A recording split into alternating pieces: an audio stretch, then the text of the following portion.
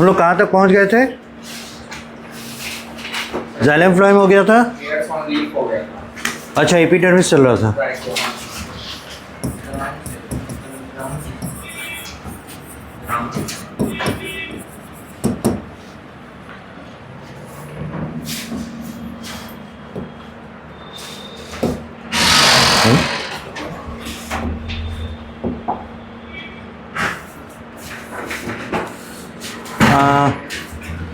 Epidermis में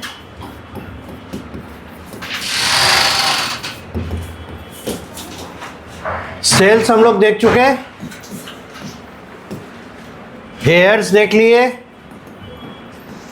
root hairs और trichome, दो तरह के स्ट्रक्चर्स देखे। स्टोमाटा देखे हैं क्या? हाँ, स्टोमाटा भी हो गया। स्टोमाटा हुआ? नहीं, स्टोमाटा बाकी है। स्टोमाटा बाकी है। क्यूटिकल ये भी बाकी है। ओके, अब देखिए, पहले हम लोग शुरू करते हैं स्टोमाटा।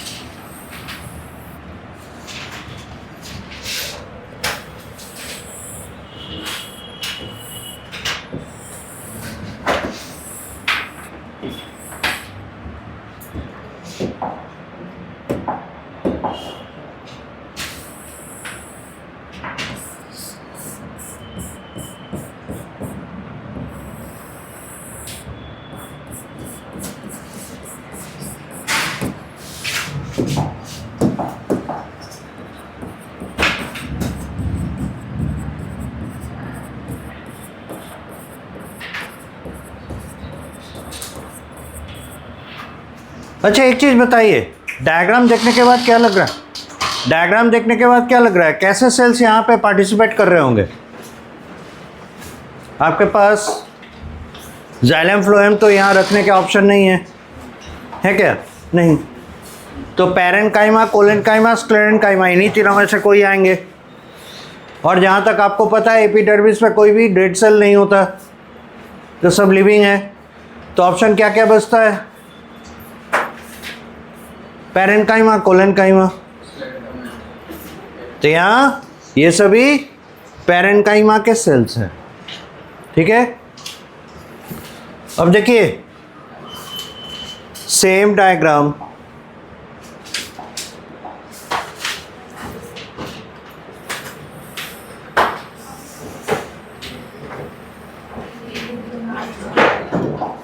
दूसरे अंदाज में।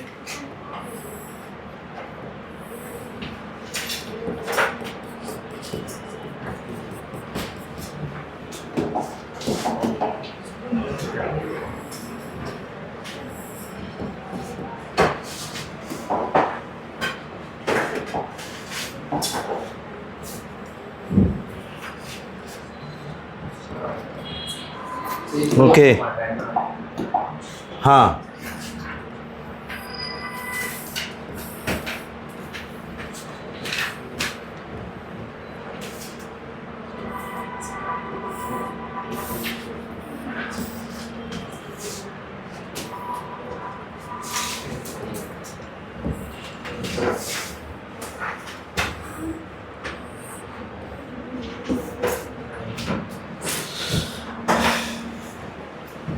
अब इनका नेमिंग करें।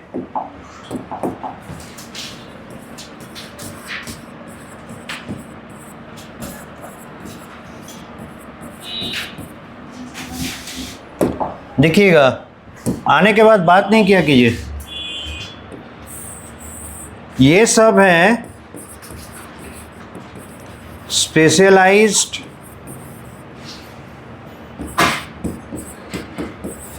Epidermal cells. एपिडर्मिस के स्पेशलाइज्ड सेल्स हैं और इनका नेचर क्या होगा? पैरेन्काइमेटस। ठीक है, और यहाँ पे आपको दिखाई दे रहे हैं दो बीन शेप्ड सेल्स ये है गार्ड सेल्स, और ये जो ग्रीन लाइन भर भर के दिखाई दे रहा है, दे रिप्रेजेंट क्लोरोप्लास्ट्स। और ये जो आप कैविटी देख रहे हैं, this cavity is called stoma.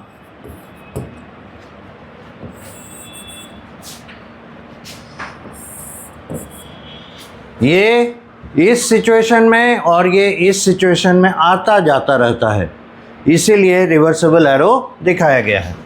यहाँ हम लोग कहेंगे स्टोमा क्लोज्ड। तो यहाँ जब स्टोमा कह दिए हैं तो इनको कहेंगे स्टोमा ओपन। ये है सिचुएशन ए, ये है सिचुएशन बी, और ये है एपिडर्मिस, यानी बगल में और इस तरफ दोनों तरफ एपिडर्मिस कंटिन्यू हो रहा है। ये भी हम लोग दिखा पा रहे हैं, एपिडर्मिस। ठीक है, अब बात को समझें। पहले ये स्टोमा हम लोग यहाँ कह रहे हैं, ये ओपनिंग है। That means at certain point of time you will find कि ये स्टोमा, ये ओपनिंग खुला हुआ है, and another certain set of time में आप पाएंगे ये स्टोमा, ये ओपनिंग क्लोज्ड है। ठीक है, अब सेल्स कैसे किसी एरिया को ओपन क्लोज कर सकते हैं, ये एक हमारे सामने चैलेंज है। तो इसके लिए हम लोग समझ पाए क्या कि ऐसा कैसे कर सकते हैं, जब तक वो स्वेलिंग एंड उनका जो क्या कहते हैं कॉन्ट्रैक्शन या उसका कॉन्ट्रैक्टिंग नेचर ना हो, तब तक वो ऐसा काम नहीं कर सकते। यानी एक्सपेंशन एंड कोलैप्सिंग, आप ऐसे सही कह सकते हैं कि ये दोनों चीज़ किसी सेल में कैसे प्लांट के सेल्स पे पॉसिबल होंगे, वैसे प्लांट के सेल्स पे पॉसिबल होंगे जिनका सेल वॉल ज़्यादा थिक नहीं होगा, जो फ्लेक्सिबिलिटी देगा। और जितने परमानेंट टिश्यू के सेल्स हैं उनमें पैरेन्काइमेटस सेल्स में ही ये फ्लेक्सिबिलिटी होती है, क्योंकि उनका सेल वॉल बहुत थिक नहीं होता। और दूसरा, वो फैल सिकुड़ सकते हैं या फैले हुए ज़्यादा दिख सकते हैं, रीज़न है उनके पास वैक्यूल बड़े बड़े होते हैं। ठीक है, guard cells specialised parenchyma cells हैं। इनमें क्या होता है, ये जिस एरिया में ये ओपनिंग तैयार करता है, देखिएगा स्पेशली उस एरिया में हमने क्या किया है, सेल वॉल को मोटा कर दिया है, थिक कर दिया है। रीज़न क्या है, यही वो एरिया है जहाँ पे थिक सेल वॉल रहता है और ये फ्लेक्सिबल नहीं है। Rest of the area is flexible, यानी वहाँ पे ये फैल सकते हैं, सिकुड़ सकते हैं, लेकिन जो एरिया बॉर्डर बना रहा है इस ओपनिंग का, वो एरिया फ्लेक्सिबल नहीं है because of thickness of the cell wall. बहुत ध्यान से सुनिएगा। तब ये अपने आप को फैलाएगा कैसे? सिंपल प्रोसेस है, वाटर एब्जॉर्ब करके। और अपने आप को कोलैप्स कैसे करेगा? सिंपल प्रोसेस है, सेम, वाटर एग्जिट करा के। ठीक है। दूसरी चीज़, ये स्टोमाटा खुले होते हैं प्लांट्स के लीफ पे usually in the morning time, day time में ये खुले होते हैं और नाइट टाइम में बंद होते हैं। यानी कि डे टाइम में ये पानी एब्जॉर्ब कर रहा होगा एंड एट नाइट इट में से वाटर एग्जिट कर रहा होगा। ठीक है। तो पानी एब्जॉर्ब करने का क्या तरीका हो सकता है? कैसे पानी को बुलाया जाए? वाटर को एंट्री कैसे कराया जा सकता है? सेल में वाटर एंट्री और एग्जिट होता है by the process of osmosis. ठीक है। और ऑस्मोसिस होने के लिए क्या जरूरी होगा? ऑस्मोसिस होने के लिए प्लाज्मा मेम्ब्रेन पढ़ा चुके हैं। ऑस्मोसिस होने के लिए क्या जरूरी होगा? प्लाज्मा मेम्ब्रेन तो है ही, साथ ही साथ उसकी कौन सी प्रॉपर्टी उसे ऑस्मोसिस करने में मदद करती है? कॉन्सेंट्रेशन ग्रेडियंट तैयार करना। ठीक है। तो आयनिक कॉन्सेंट्रेशन में वेरिएशन लाएगा, राइट। आयनिक कॉन्सेंट्रेशन में अगर वेरिएशन लाया तो कभी आयंस ज़्यादा होंगे, कभी आयंस कम होंगे। तो आयन को अंदर बुलाने के लिए आसान तरीका तो है नहीं, इसलिए एनर्जी खर्च करना पड़ता है। ठीक है, तो डे टाइम में गार्ड सेल्स एनर्जी खर्च करके आयंस को इंपोर्ट करते हैं, राइट। तो इसका जो साइटोप्लाज्म है, साइटोप्लाज्म के वाटर का प्यूरिटी हो जाएगा डाउन। क्यों? मिलावट हो गया, होगा ना। अगर कहीं पे वाटर रखा हुआ है, उसमें अगर हम सॉल्ट ऐड कर दें, आप क्या कहिएगा, वाटर प्योरिटी की तरफ जा रहा है कि इम्प्योरिटी की ओर जा रहा है? इम्प्योरिटी की ओर जा रहा है, क्योंकि आप मिक्सचर पढ़े हैं और जानते हैं कि जितना ज़्यादा उसमें सॉल्यूट बढ़ता है उसकी प्योरिटी उतनी घटती है। होमोजेनियस हेट्रोजेनियस मिक्सचर पढ़े हैं ना, तो होमोजेनियस में क्या होगा, सभी मॉलिक्यूल्स एक जैसे। हेट्रोजेनियस क्या होगा, मॉलिक्यूल्स अलग अलग तरह के। जैसे जैसे हेट्रोजेनिटी बढ़ेगा सॉल्यूशन का प्योरिटी घटेगा, और जैसे जैसे होमोजेनिटी बढ़ेगा सॉल्यूशन का प्योरिटी बढ़ेगा। यहाँ सॉल्यूशन में इम्प्योरिटी मतलब एडिटिव बढ़ा रहे हैं, है ना, होमोजेनिटी घटा रहे हैं, हेट्रोजेनिटी बढ़ा रहे हैं, क्योंकि आयंस आ गए और ये वाटर सॉल्युबल है। नतीजा क्या होगा, प्योरिटी डाउन। बाहर के वाटर का प्योरिटी अप, गार्ड सेल्स के वाटर का प्योरिटी डाउन। और गार्ड सेल का वाटर करने का मतलब उसके साइटोप्लाज्म का वाटर। नतीजा खुद सोचिए, वाटर एंट्री होगा कि नहीं होगा, बाहर से अंदर की ओर वाटर आएगा। रीज़न, अंदर में प्योरिटी डाउन है, higher to lower purity water move करता है, इसीलिए गार्ड सेल्स में पानी भरेंगे। जैसे ही वाटर बढ़ेगा क्या होगा, ये फैलेगा।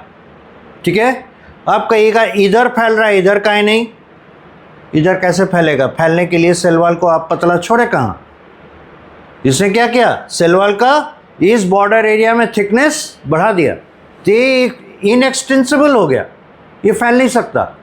दूसरा तरफ फैल रहा है तो क्या करेगा, फैलता हुआ हिस्सा इसको खींच लेगा। अगर बहुत तेज हवा चल रही है और आप झुकने को तैयार नहीं है तो हवा आपको उड़ा के ले जाएगा कि नहीं। उसी तरह से प्रेशर है, इसके ताकत से ज़्यादा प्रेशर लग रहा है तो नेचुरली क्या होगा, ये अब स्टैटिक नहीं रह पाएगा, ये बेंड कर जाएगा, है ना। तो सेम चीज इस गार्ड सेल के लिए भी होगा, ये भी फैल रहा है तो उस तरफ फैलेगा, तो ये क्या होगा, इनवर्ड पुश होगा, ये भी इनवर्ड पुश होगा। नतीजा क्या होगा, यहाँ पे स्पेस ओपन हो जाएगा। इस साइंटिफिक और फिजिकल तरीके से ये गार्ड सेल्स अपने ओपनिंग को ओपन करते हैं, यानी स्टोमा को ओपन करते हैं। ठीक है, now till the day time, जब तक सनलाइट प्रेजेंट है ये इसी सिचुएशन में प्रेजेंट रहेगा। नाउ एट द नाइट, जब रात हो जाएगी, सनलाइट का फॉलिंग इस पे रुकेगा, तब क्या होगा, जो एनर्जी खर्च करके इसने आयंस को रिटेन किए थे उन आयंस के बाहर निकलने का रास्ता खुल जाएगा, उन्हें कहते हैं आयन चैनल्स। उन आयन चैनल्स को ये ओपन कर देगा। आयन चैनल ओपन हो गया, आयन हायर कॉन्सेंट्रेशन अंदर में, लोअर कॉन्सेंट्रेशन बाहर में, तो क्या होगा, गार्ड सेल्स में से आयंस एग्जिट कर जाएंगे। अब क्या हो गया, cytoplasm of the guard cells में प्यूरिटी बढ़ गई, बढ़ेगी ना। अंदर में आयंस पहले आए थे, प्यूरिटी घट गया था, अब आयंस एग्जिट हो गए, प्यूरिटी बढ़ जाएगा। बाहर का प्यूरिटी क्या हो जाएगा, कम, क्योंकि आयन निकल के बाहर ही जाएगा। तो अंदर का प्यूरिटी ज़्यादा, बाहर का प्यूरिटी कम, वाटर का मूवमेंट अपोजिट हो जाएगा, अंदर से बाहर की ओर जाएगा, ये पचक जाएगा और ये ओपनिंग क्लोज हो जाएगा। This is how the opening and closing of stomata occurs. समझ में आई बात? अब आप इसको ड्रॉ कीजिए। एक बात और बताएं, ये जो मतलब लेयर है एपिडर्मिस का, कंटिन्यू हो रहा है एपिडर्मिस का लेयर, स्टोमाटा को कुछ सेल्स एपिडर्मिस के घेर के रखते हैं, है ना, और वो स्पेशलाइज्ड सेल्स हैं जो कि स्टोमाटा के गार्ड सेल्स को सपोर्ट करने के लिए। दूसरा कोई सेल इसे क्यों जगह देगा फैलते सिकुड़ते समय, पर ये थोड़े फ्लेक्सिबल होते हैं इसलिए इन्हें स्पेशलाइज्ड कहा जा रहा है। ये गार्ड सेल को थोड़ा फैलने का जगह देते हैं, right. That is why they are called subsidiary cells. ये सपोर्ट में है, सब्सिडियरी हैं टू द स्टोमाटा, और यही कारण है along with the guard cells and the subsidiary cells it constitutes a system called stomata system या stomata complex। ठीक है, यही इसका कंपोजिशन और मैकेनिज्म है। तो पहले डायग्राम ड्रॉ कीजिए, उसके बाद इस पे हम लोग नोट्स लिखेंगे। जरा एक्सप्लेन कीजिए। पॉइंट नंबर 1 लिखिएगा। Stomata is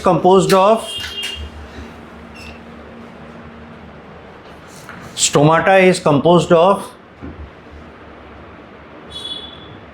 guard cells. Stomata is composed of guard cells and stomata is composed of guard cells and some supportive cells that surround them, and some supportive cells that surround them, SURROUND, घेर के रखते हैं, that surround them, full stop. The surrounding cells are, next point. The surrounding cells are called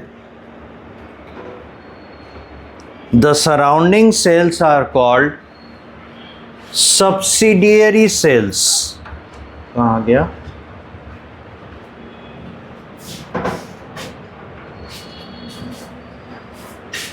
specialise sales है ना, parenchymatous, इन्हीं के बारे में कह रहे हैं। सब्सिडियरी सेल्स, इन्हीं को सब्सिडियरी सेल्स कहते हैं। They are called subsidiary sales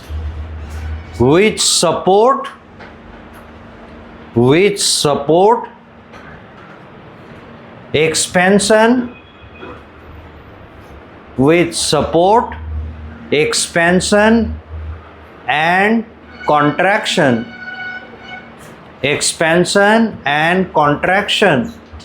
of the guard cells, which support expansion and contraction of the guard cells, full stop। next point, इसमें लिखिएगा guard cells are usually USUALLY, guard cells are usually bean shaped cells। देख रहे हैं ना, been की तरह लग रहा है। guard cells are usually bean shaped cells which has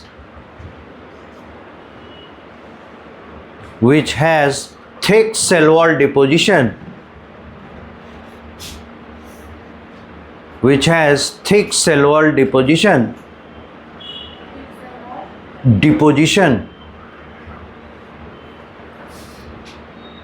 towards the stoma, ये रहा, towards the stoma equal to cavity, towards the stoma bracket में लिख सकते हैं कैविटी या इक्वल टू कैविटी करके। ठीक है, स्टोमाटल पोर भी कर सकते हैं, स्टोमाटल ओपनिंग भी करते हैं, स्टोमा कहते हैं, कई नाम हैं। इसी में लिखिएगा they also have a lot of chloroplasts,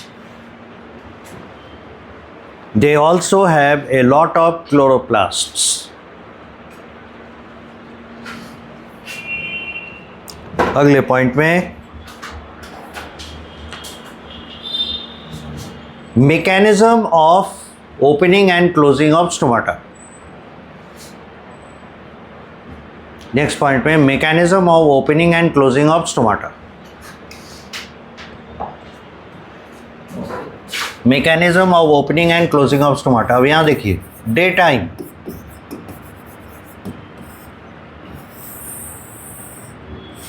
ये रहा गार्ड सेल्स, है ना, ये है गार्ड सेल्स,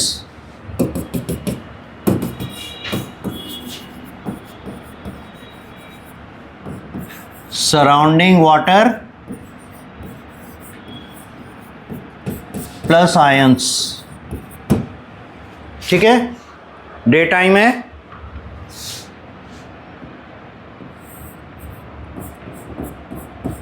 एटीपी टूटकर एडीपी एंड पीआई बना और दिया एनर्जी, ठीक है। एटीपी है, ये टूटा, एनर्जी खर्च हुआ, एडीपी एंड इनऑर्गेनिक फॉस्फेट पे कन्वर्ट हो गया। बदले में क्या हुआ, आयंस एंट्री, बदले में आयंस एंटर कर गए, ठीक है। रिजल्ट, डाउन एरो मतलब reduction in purity,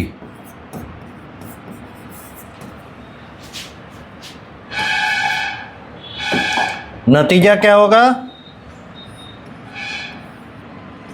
osmotic pressure high, osmotic pressure बढ़ जाएगा, ठीक है। इसलिए क्या होगा,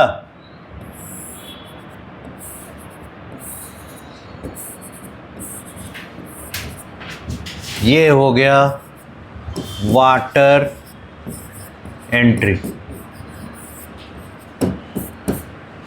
यहां तक पूरा कीजिए, समझ में आ गया ना कैसे कैसे किए।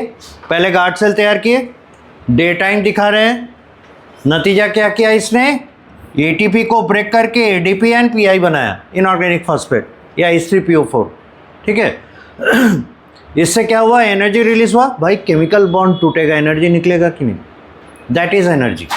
तो इस एनर्जी का यूटिलाइजेशन क्या किया, आयंस को एंटर कराया, पहले नहीं आ सकते थे, एनर्जी खर्च करके आयन को अंदर बुलाया। नतीजा क्या हुआ, प्यूरिटी डिक्रीज, नतीजा क्या हो गया, ऑस्मोटिक प्रेशर क्या होगा, बढ़ेगा। याद रखिएगा, ऑस्मोटिक प्रेशर ऐसा है जिधर बढ़ता है वाटर उधर ही आता है, राइट। जिधर कम होगा उधर से चलेगा और जिधर बढ़ेगा उधर आएगा, ये उल्टा चलता है। हाँ, तो नेचुरली क्या होगा, चारों तरफ से वाटर एंटर करेगा। यहाँ तक लेकर आए हैं, अब इसका शेप देखेंगे, पूरा कीजिए। तो इतना आगे आने के लिए दैट इज द रीज़न, लेकिन अपग्रेडेशन तो हो रहा है। एनीवे, यहाँ तक हो गया। तो हम लोग यहाँ तक पहुँचाए हैं कि एनर्जी खर्च करके वाटर एंटर कर गया। तो वाटर एंटर कर गया तो ये कैसा दिखाई देगा,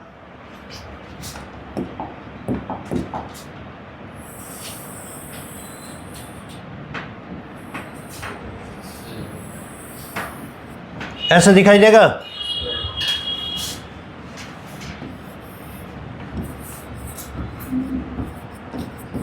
गार्ड सेल्स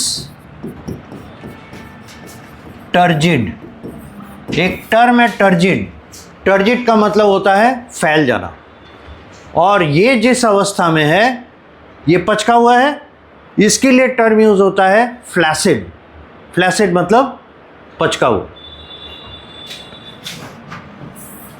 स्टोमा ओपन या स्टोमाटा पोर ओपन।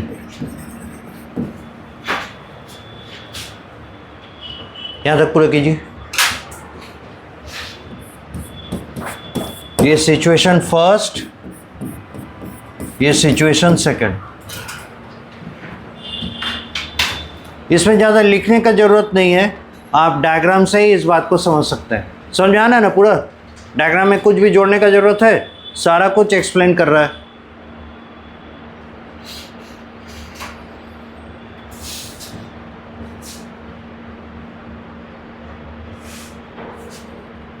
जब तक आप लोग इसको ड्रॉ करें तब तक हम अपना होमवर्क कर लें।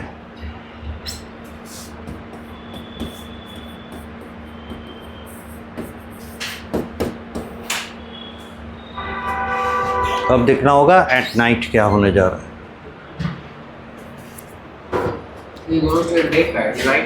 हाँ, डे हुआ, अब वो कैसे कैसे यहाँ तक पहुँचा। This is the trajectory.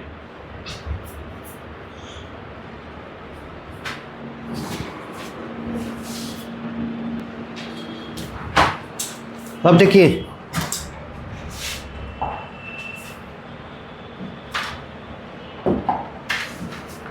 At night same, अभी भी ये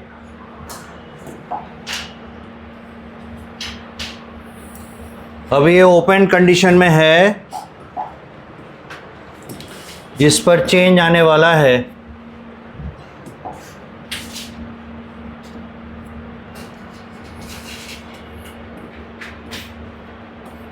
ये दिखा रहे हैं ions exit without using energy by opening ion channels. बिना एनर्जी खर्च किए हुए आयन चैनल्स को ओपन कर दिया गया।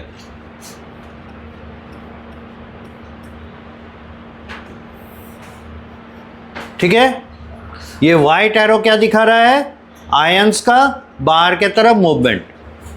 ठीक है, इसके वजह से क्या हुआ,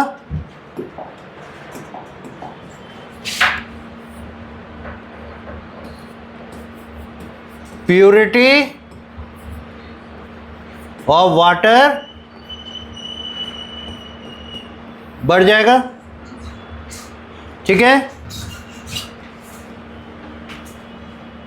ऑस्मोटिक प्रेशर क्या होगा, डाउनवर्ड एरो घट जाएगा।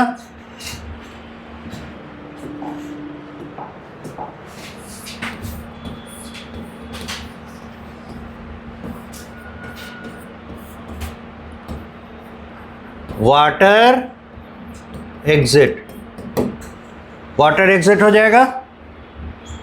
ये है सिचुएशन थर्ड। अब गार्ड सेल्स कैसे दिखेंगे,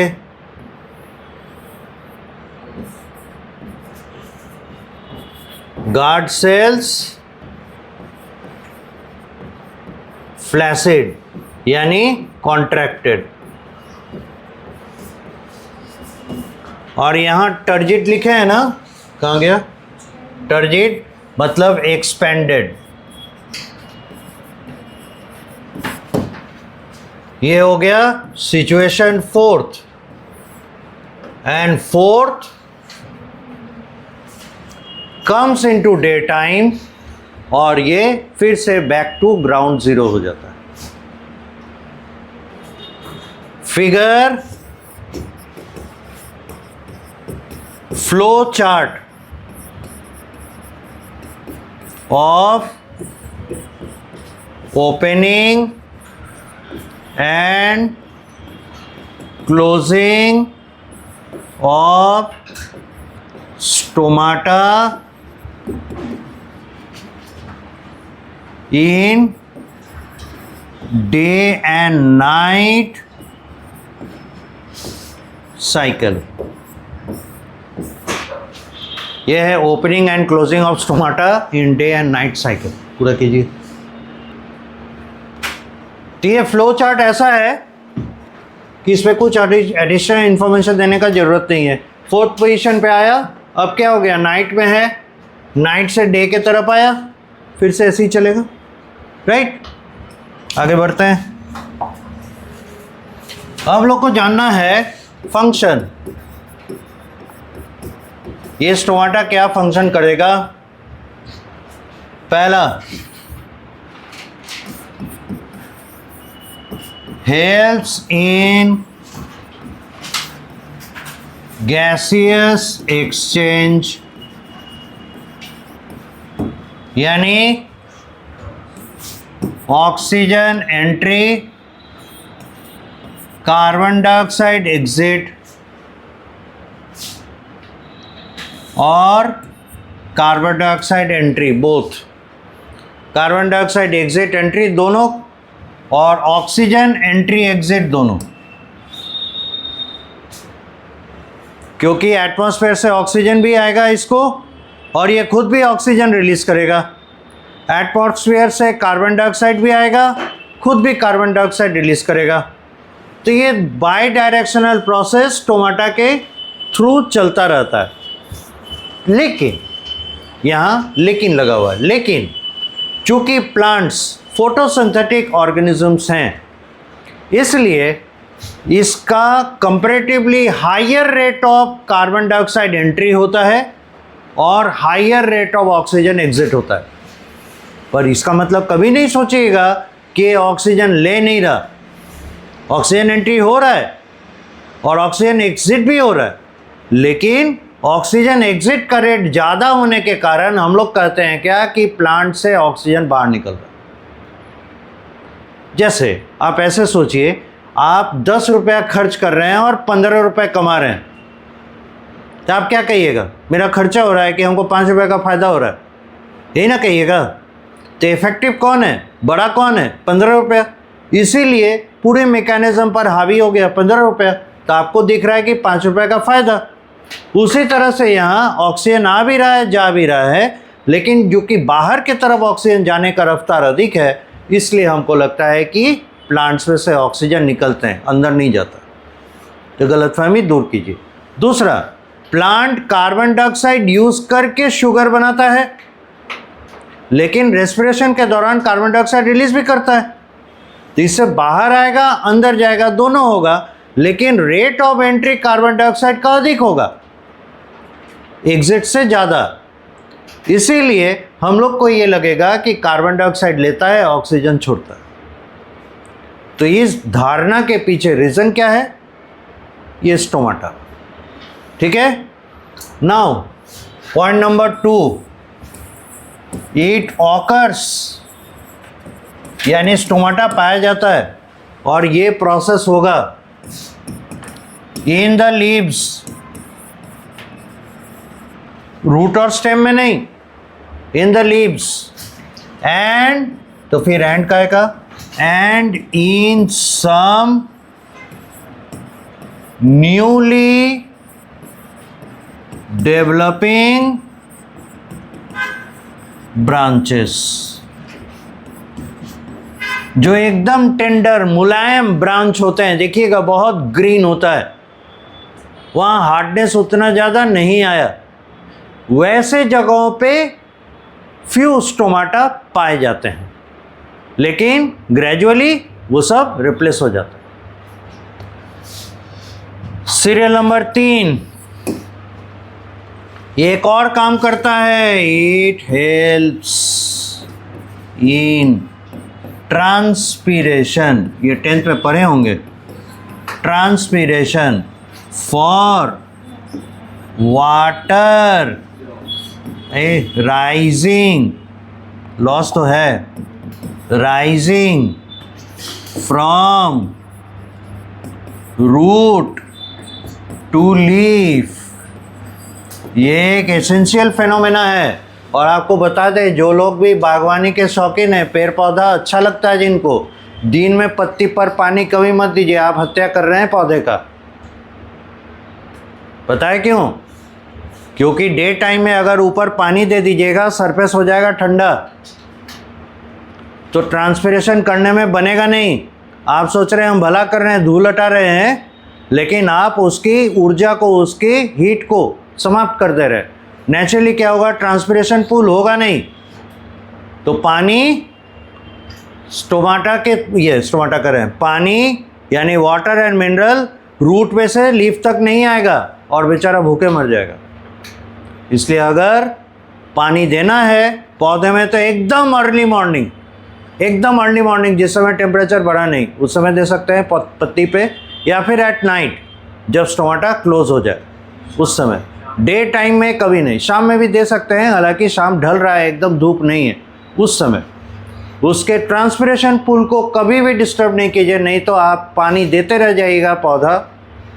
डे टाइम में अगर आपको पौधा में पानी देने का मन है तो put the water into the roots, वो पानी वहाँ से खींचता है, that will be utilise by it, never on the leaves. समझ गए? तो ये यहाँ पे इसी चीज़ को यहाँ बता रहा है, it helps in transpiration for water rising from root to leave. Water loss नहीं है ये, लेट मी टेल यू, ये वाटर लॉस नहीं है, वाटर को ऊपर खींचने का मेथड है। ठीक है, ये चैप्टर हटा दिया है आपके एनसीईआरटी बुक से, उसमें था। एनीवे यहाँ तक पूरा कीजिए। हो गया सभी का? अच्छा लिखिए। अब अगला चीज़ एक और देखना है, नोटेड बाई करके, इंपॉर्टेंट पॉइंट है। स्टोमाटा हम लिख चुके हैं क्या? Present in leaf only? नहीं, stomata are absent in root and stem epidermis. तो वही बात है,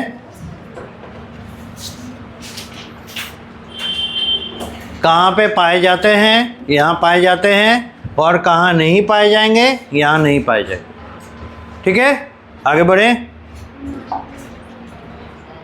डाउन।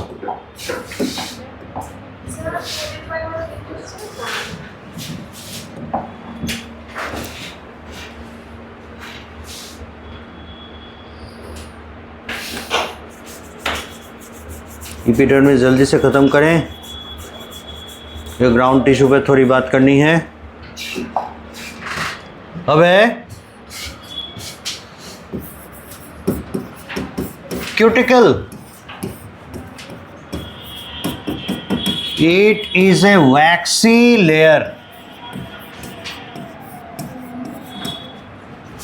पॉइंट नंबर 1 बात नहीं कीजिए। Point number 2, it is present over the epidermis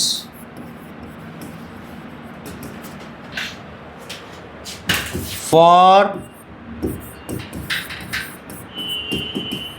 keeping it dry to prevent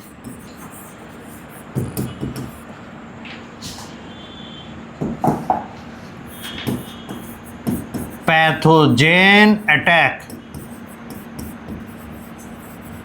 like fungi. और प्लांट को बैक्टीरिया जितना नुकसान पहुंचाता है उससे ज़्यादा फंजाई नुकसान पहुंचाता है। और फंजाई को एक ही चीज़ चाहिए, वो है मॉइस्चर, और दूसरी चीज़ चाहिए टेम्परेचर। तो टेम्परेचर को तो ये कुछ कर नहीं सकता, कैसे हवा चलाएगा, पंखा चलाएगा, ठंडा करेगा? नहीं कर सकता। तो ये वाटर को अवॉइड कर सकता है कि उसके सरफेस पे ना रहे, ड्राई रखे। इसी के लिए इसने ये मैकेनिज्म अपनाया हुआ है। तो ये सरफेस को ड्राई रखने में मदद करता है। तीसरा पर्पस और है, it makes the surface shiny, ये चमकदार बनाता है। Hence it is able to reflect sunlight, so they are, यानी plants are protected from the heat waves of sunlight। Sunlight के 7 सेगमेंट्स है ना, इन सेगमेंट्स में से कौन सा सेगमेंट टेम्परेचर देता होगा, हीट देता होगा, पता है? सातों रंग के नाम बताइए।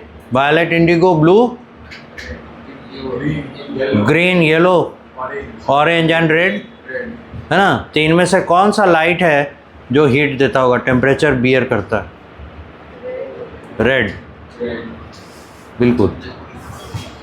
और मज़ेदार बात है, इसका एनर्जी कम होता है, और सबसे ज़्यादा एनर्जी किसका होता है पता है? वायलेट का। तो एटॉमिक स्ट्रक्चर में पढ़े होंगे, जिसका वेवलेंथ बड़ा एनर्जी कम, और जिसका वेवलेंथ छोटा उसका एनर्जी ज़्यादा, क्योंकि उसका फ्रीक्वेंसी बड़ा, और फ्रीक्वेंसी और एनर्जी डायरेक्टली रिलेटेड। सो यहाँ पे क्यूटिकल एक और तरीके से इसको सर्वाइव करने में मदद करता है कि हीट ट्रांसमिट कर देता है। अगर सनलाइट ट्रांसमिट हो गया, ट्रांसमिट नहीं, ये क्या कहते हैं, रिफ्लेक्ट हो गया, है ना? अगर सनलाइट रिफ्लेक्ट हो रहा है ज़्यादा करके, तो हीट वेव भी रिफ्लेक्ट हो रहा है। तो अगर सरफेस पे हीट कम देर तक पड़ेगा तो सरफेस कम गर्म होगा। तो इतनी तेज धूप में भी ये अपने आप को कैसे जिंदा रखता है, दिस इज द ट्रिक। ठीक है, नाउ क्यूटिकल की सारी बातें समझ गए। तो बेसिकली ये कैसा मटेरियल है? वैक्सी मटेरियल। और वैक्सी मटेरियल वाटर रिपेलिंग होता है, शाइनी होता है, इस तरीके से। अब सीरियल नंबर 4, इसका इंपॉर्टेंस देखें। ये इंपॉर्टेंस तो देख चुके। ये पाए कहाँ कहाँ पर जाएंगे? रूट होगा, क्या लगता है, होना चाहिए कि नहीं? क्यों? क्यूटिकल रूट में नहीं होना चाहिए, क्यों? और होता भी नहीं है। हाँ, तो अगर रूट को ड्राई कर देगा तो पानी से नहीं होगा, उसमें टेम्परेचर लॉस की जरूरत नहीं होती है। पानी के साथ तो आप सही जोड़े हैं, but that is not the reason कि वो ड्राई हो जाएगा क्यूटिकल रहने से। क्यूटिकल आपको यहाँ शुरू में क्या बताया? वैक्सी मटेरियल है, जिसके वजह से क्या होता है? वाटर रिपेलिंग टेंडेंसी है इसकी। तो वाटर को अगर रिपेल करेगा, रूट है ही वाटर एब्जॉर्ब करने के लिए, हम गए पानी पीने और पानी से दूरी बनाएंगे, हाल क्या होगा? प्यासे रहेंगे ना। तो इसीलिए वो रूट क्यूटिकल नहीं रखेगा ताकि वो वाटर एब्जॉर्ब कर सके। ठीक है, यहाँ टेम्परेचर वाली बात नहीं है। तो रूट में एब्सेंट, स्टेम प्रेजेंट के एब्सेंट। प्रेजेंट भाई, पूरा का पूरा धूप में खड़ा है बेचारा। और लीफ प्रेजेंट, ये तो और ज़्यादा ज़रूरी है, इसमें स्टोमाटा भी है, तो सूख के कांटा हो जाएगा। So this is how the stomata, this is how the cuticle are doing their job in the epidermis. So simplified भी है, लेकिन सिंगल लेयर होने के बावजूद कितने सारे कॉम्प्लिकेशंस लेके रखता है, देखते हैं। पर किसी भी मेथड में, किसी भी मैकेनिज्म में आपको लगा कि स्पेशल फोर्स यूज़ कर रहा है? नहीं, सारा जो ये टेक्निक एंड ट्रिक्स यूज़ कर रहा है सब फिजिकल मेथड्स हैं, सारे फिजिकल मेथड्स हैं। कहीं ऑस्मोसिस यूज़ कर रहा है ना, कहीं पे वो ग्रेविटेशन पुल को यूज़ कर रहा है, कहीं पे वो ट्रांसपिरेशन यूज़ कर रहा है। और इमेजिन कीजिए इस पावर को, ट्रांसपिरेशन पुल का, कि जो दुनिया के सबसे लंबे लंबे पेड़ होते हैं 100-100 मीटर, वो भी ट्रांसपिरेशन पुल के वजह से बिना एनर्जी खर्चा किए हुए आराम से लीफ तक वाटर लेकर आ रहा है। चिनार, देवदार, ये सब का पेड़ देखें, अगर हिल स्टेशन पे घूमने गए होंगे तो, नहीं तो डायग्राम फोटोग्राफ तो देखे ही होंगे, कितना लंबा लंबा होता है ना। आपका मकान भी उतना लंबा होता होगा, मल्टी स्टोरी बिल्डिंग बना लेंगे तो क्या आप ज़मीन से पानी अपने टैंक में छत पर पहुंचा लीजिएगा बिना एनर्जी खर्चा किए? पर वो काम बिना मोटर चलाए करता है और न जाने कितने साल से कर रहा है कि नहीं?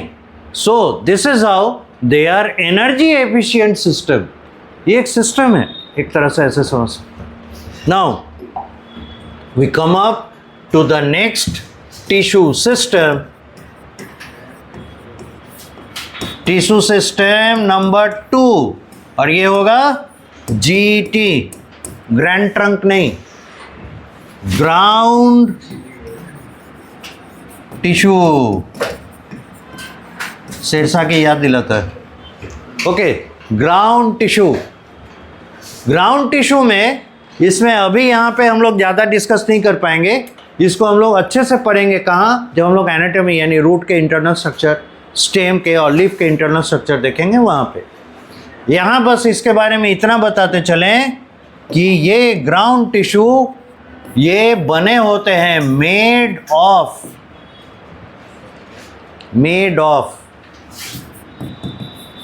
सिंपल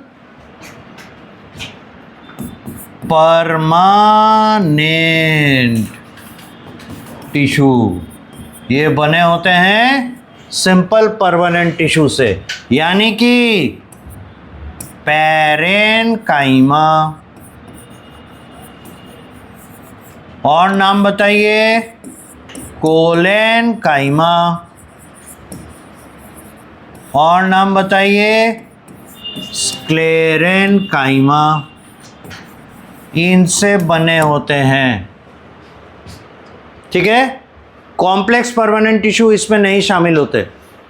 इवन एपिडर्मिस और ग्राउंड टिश्यू में अभी तक कॉम्प्लेक्स टिश्यू नहीं आया, यानी जाइलम फ्लोएम इसमें नहीं एंटर किया, पहला चीज। दूसरा, they have different names at different levels in the structure of root, stem and leaf। Root, stem और लीफ में ये अलग अलग नाम धारण करते हैं अलग अलग लेवल पे, ठीक है। यहां तक नोट कीजिए। और क्लास ख़त्म होते होते पूछ कर जाएंगे प्लांट क्लासिफिकेशन जहाँ तक पढ़ाए थे वो, फंजाई, प्रोटिस्टा, मोनेरा। तैयार रहिएगा, शुरू में बोल देंगे तो सब देखने लगेगा, इसीलिए लास्ट में बोले। तो ये मत भूलिए कि याद करने वाला सिस्टम गया, हम आगे बढ़े नहीं क्योंकि हम पूछे नहीं। और आपका प्रोग्रेस अगर पीछे जा रहा है, ये रिस्पॉन्सिबिलिटी आप ही का है। यहाँ तक हो गया?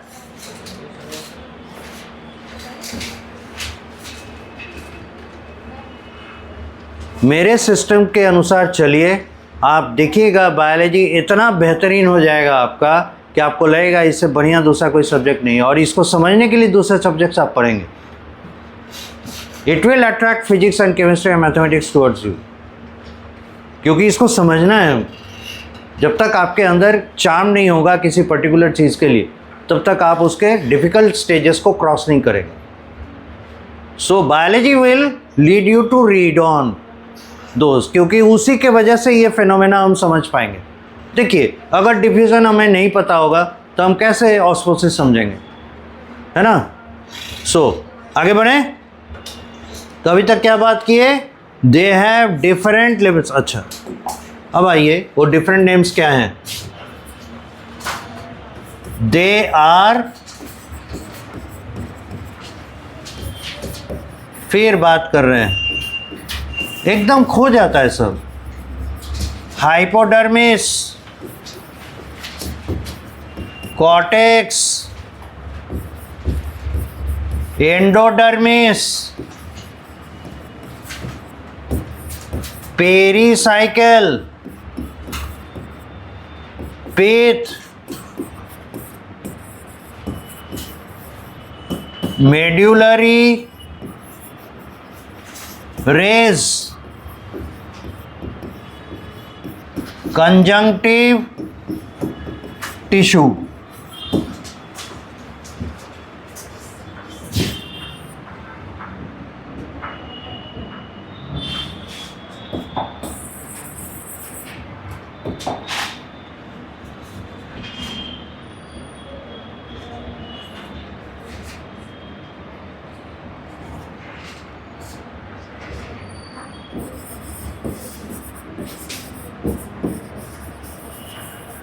मेसोफिल टिश्यू अलग अलग जगह पे अलग अलग नाम धारण करते हैं। Hypodermis in stem only, hypodermis stem में पाए जाते हैं। Cortex, root and stem. Endodermis, root and stem. सोच रहे होंगे लीफ का नाम ही नहीं आ रहा है। Pericycle, root and stem. Pith, root and stem. अभी क्या है ये बताएंगे जब इनको पढ़ेंगे। Medullary rays stem only. Conjunctive tissue root only. Mesophyll tissue leaf only. ये लिस्ट नोट कीजिए और यहीं से आप अंतर कर सकते हैं ग्राउंड टिश्यू के आधार पर कौन है रूट, कौन है लीफ, कौन है स्टेम। ग्राउंड टिश्यू वो है जो एपिडर्मिस और वैस्कुलर बंडल के बीच में रहता है। ये फिलर की तरह काम करता है, खाली जगह को भरो।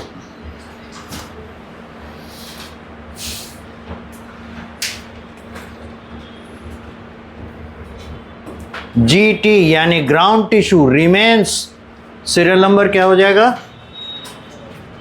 अच्छा सीरियल वाइज नहीं किया है क्या?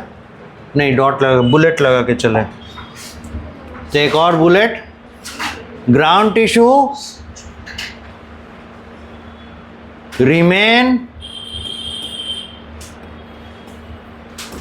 remains between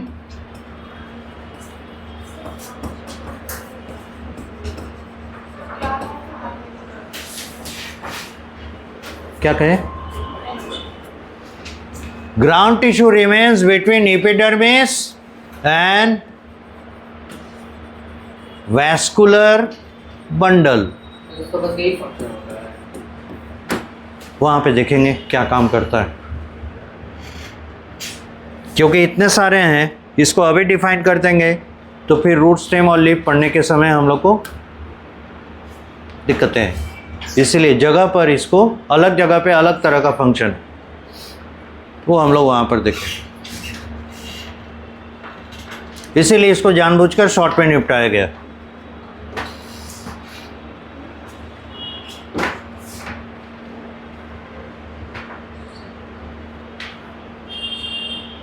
ब्रैकेट में डाल दीजिए वैस्कुलर बंडल, जो हम लोग लिखे ए सिस्टम, ये होता है एक system of tissue made by